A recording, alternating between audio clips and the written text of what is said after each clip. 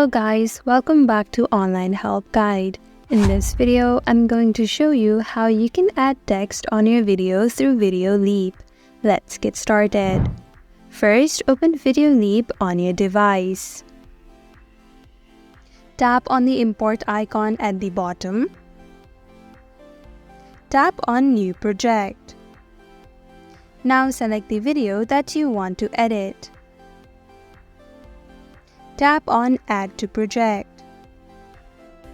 At the bottom, there are many other editing tools. Tap on Text tool. To add the text, double tap on the video. Now you can add the text. Tap on the tick right beside after you're done adding text.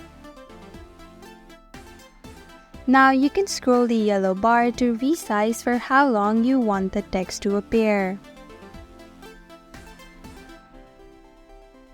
Just like so. You can tap on the font icon to change the font type. Tap on Animation to add various animations to the text. There are many other tools to make your text appealing. After you're satisfied, tap on Export at the top right to save your edit. And that is how to add caption in Videoleap.